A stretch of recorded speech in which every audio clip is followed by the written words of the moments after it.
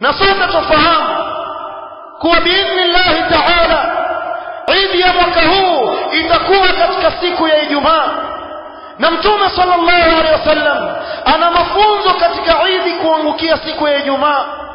فعن ابي هريره رضي الله عنه وارضاه عند ابي داود ان النبي صلى الله عليه وسلم قال: قد اجتمع اليوم عندكم عيدان او قد اجتمع لكم عيدان.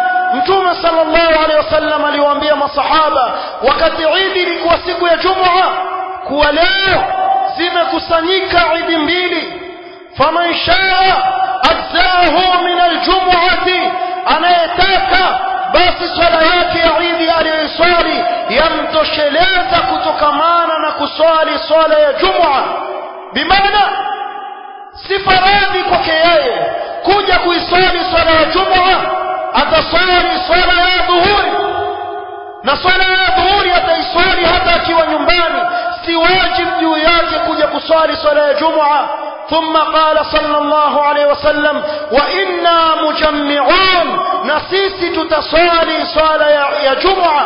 akaswalisha Mtume sallallahu alaihi wasallam kama imam, akawaswalisha swala ya Jumaa, na wengine katika masahaba hawakuja kuswali, ingawa ni bora zaidi kwa Muislamu kuhudhuria katika swala ya Eid na ahudhurie katika swala ya Jumaa.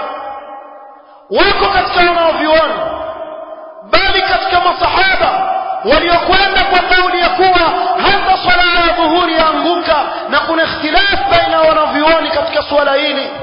Na nimetanabahisha hili, usimlazimishe yoyote ambaye amikinai kauli moja katika hizi mbili kwa dalili kuwa lazima afuate ile unaotaka wewe. Huwezi kumlazimisha mtu katika jambo mukhtalafun fi, wakati ambapo yeye ana dalili katika lile analolifuata.